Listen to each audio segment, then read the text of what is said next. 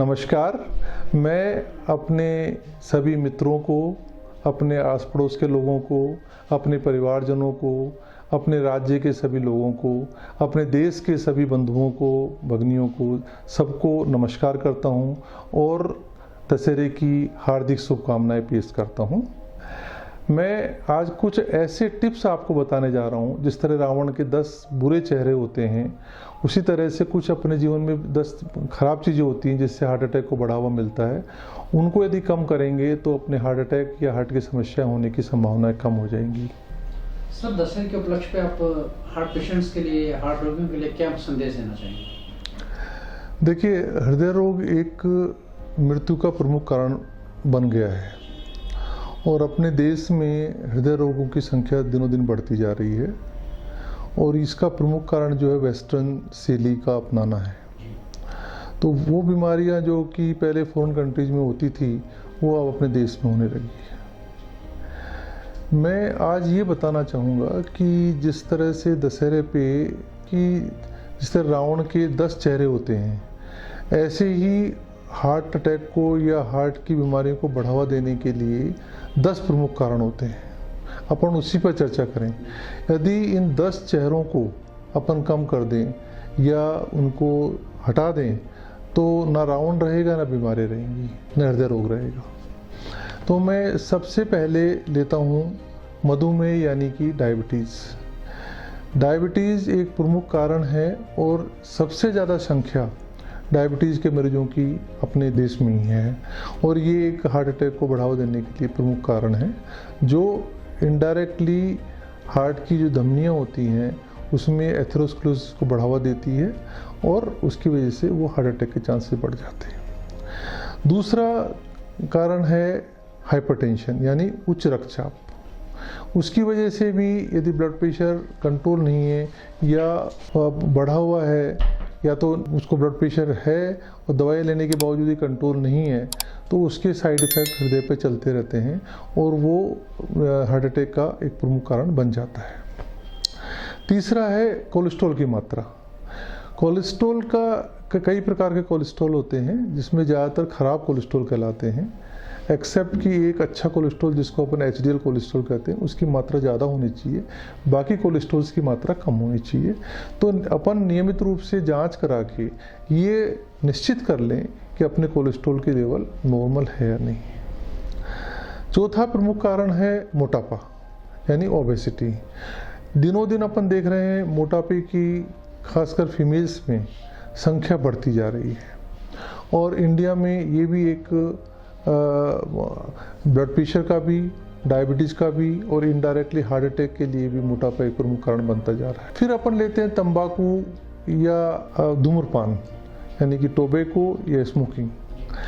इसका भी प्रचलन धीरे धीरे बढ़ रहा है। पहले अपने देश में औरतें स्मोकिंग नहीं करती थी, टोबैको का इस्तेमाल नहीं करती थी, लेकिन इसलिए हार्ट की समस्याएं औरतों में कम होती थी।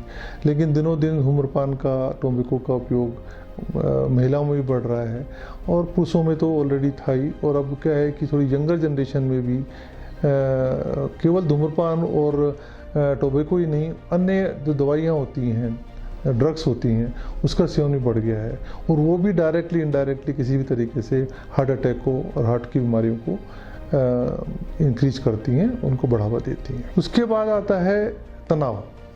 तनाव एक आम जिंदगी में तनाव एक होता है और मैं मानता हूँ कि ज़िंदगी में आगे बढ़ने के लिए थोड़ा तनाव रखना ज़रूरी है।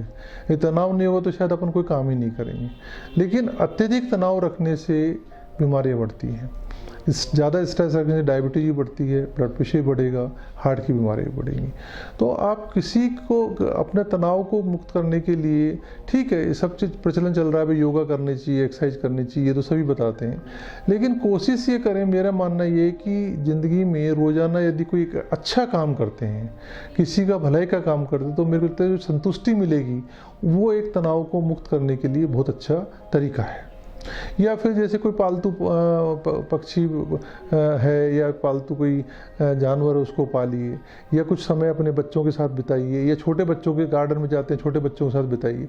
ये छोटे छोटे से ऐसे तरीके हैं जिससे अपन तनाव मुक्त रह सकते हैं और हार्ट की बीमारियों से बचा जा सकता है। उसके बाद है एक विटामिन डी की डेफिशिएंसी आजकल बहुत कॉमन है। उसका एक प्रमुख कारण ये है कि बेसिकली अपने शरीर में विटामिन डी तभी बनता है जब हम अपन धूप का सेवन करते हैं, यानी कि अपनी त्वचा स्किन पर धूप की किरणें पड़ती हैं तभी विटामिन डी बनता है। और दिनों दिन क्या है कि ये कम होता जा रहा है कि अपन कभी धूप में बैठें, अपन रूम में रहते हैं एसी में रहते हैं, गाड़ी में जाते हैं एसी में रहते हैं, फिर किसी मॉल में गए वहाँ भी एसी है, तो दुकानों पे जा नहीं रहे हैं, तो ऐसा कहीं कारण ही नहीं मिलता है कि अपन धूप का सेवन कर सकें। तो विटामिन डी डेफिशिएंसी मैं मान के चलता हूँ कि करीब 90% जो पर्सनस हैं उन्हें विटामिन डी की डेफिशिएंसी रहती है। और विटामिन डी डेफिशिएंसी एक प्रमुख कारण हार्ट अटैक के लिए, हृदय रोग बढ़ावा देने के लिए बनता जा रहा है। तो विटामिन डी के लेवल करें या फिर विटामिन की टैबलेट खाएं या धूप का कुछ टाइम के लिए सेवन करें। जैसे मान लो गर्मियों में सुबह शाम की धूप में आप थोड़ा सा सेवन कर सकते हैं, सर्दियों में दिन में भी धूप का सेवन कर सकते हैं, तो विटामिन डी डेफिशिएंसी को कम किया जा सकता है और उसके द्वारा जो हार्ट अटैक होने के चांसेस है वो कम किए जा सकते हैं। फिर थायराइड बीमारी यानी कि थायराइड का कमी होना, हाइपोथायराइडिज्म जिसको कहते हैं, तो आम बात हो गई है। हर किसी लेडीज़ को 100 में से 30-40 मरीजों लेडीज़ को ये होता है मोटापा बढ़ा, थायराइड टेस्ट कराया, थायराइड उसकी का मतलब कम निकल गई, यानी कि हाइपोथायराइडिज्म हो गया। और उनका मोटापा का भी प्रमुख कारण है, कोलेस्ट्रॉल को बढ़ने के लिए भी प्रमुख कारण है, और इनडायरेक्टली हार्ट अटैक होने का भी थायराइड एक प्रमुख कारण बनता जा रहा है। तो अपना थायराइड का टेस्ट भी नियमित रूप से अपन को कराते रहना चाहिए, क्योंकि वो और किस तरीके से जनरली नहीं मालूम पड़ता है जब तक कि डिजीज बहुत एडवांस नहीं हो जाती है। इसके बाद में कि जीवन शैली, अब जीवन शैली का जहाँ तक सवाल उठता है वो ये कि भाई जीवन शैली, ये सब जगह शुरू से कहते हैं get up early, sleep early, तो वो सब कहते तो आए हैं, बचपन से सीखते भी आए हैं, सुनते भी आए हैं, लेकिन अपनी जीवन शैली में कितना अपन अपनाते हैं वो इम्पोर्टेंट है। अपन क्या है कि भाई, और ये वास्तविकता है कि अपन को बहुत जल्दी उठना चाहिए, सुबह थोड़ा सा चिंतन करना चाहिए, मनन करना चाहिए, योगा करना चाहिए, एक्सरसाइज करनी चाहिए, और उसके बाद में खान पीन में परहेज रखना चाहिए। खान पीन के बारे में थोड़ा संदेश देना चाहता हूँ कि आपको सुबह जल्दी अच्छा नाश्ता करना चाहिए, और थोड़ा लंच में कम खाएं और डिनर में बहुत कम खाएं, और कोशिश ये करें कि शाम को 6-7 बजे से पहले ही अपना डिनर कर लें। उसके बहुत सारे फ़ायदे हैं, इंडाइजेशन भी कम होगा और इनडायरेक्टली हार्ट की बीमारियां भी कम होगी। इसके बाद आता है 10वां जो रावण का चेहरा है, वो आनुवंशिकता है। अब आनुवंशिकता में क्या है कि यदि हिस्ट्री है, मदर फादर दोनों को हार्ट की प्रॉब्लम की हिस्ट्री है, तो चांसेस ज़्यादा हो जाते हैं कि हार्ट की प्रॉब्लम्स उनको बच्चों को ज़्यादा हो। तो इसके लिए क्या है कि अपन वैसे तो कोशिश नहीं कर सकते, आनुवंशिकता तो माँ बाप से बीमारी आ गई, जीन्स आ गए, तो अपन कुछ कर नहीं सकते हैं।